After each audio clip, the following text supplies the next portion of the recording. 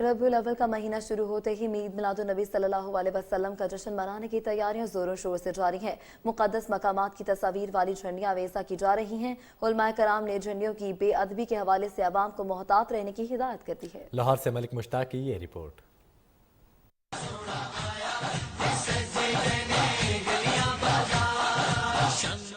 माह रबीउल अव्वल का चांद तुलू होते ही हर सू आमद मुस्तफ़ा मरहबा मरहबा की सदाओं से फिजा गूंज रही है। आशिकान रसूल महबूब रब्बे कायनात सल्लल्लाहु अलैहि वसल्लम की विलादत का जश्न मनाने के लिए मसरूफ हैं। मस्जिदों, घरों और दरो दीवार को दुल्हन की तरह सजाया जा रहा है।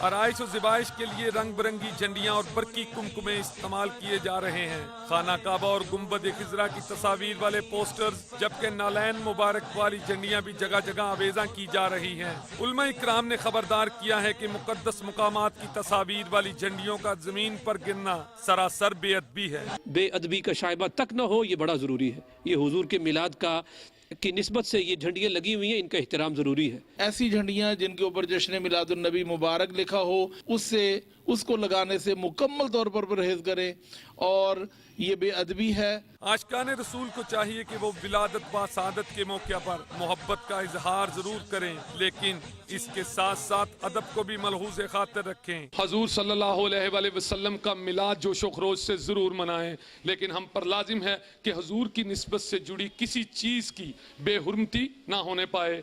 कैमरामैन अदनान राजपूत के साथ मलिक मुश्ताक, 7 न्यूज़।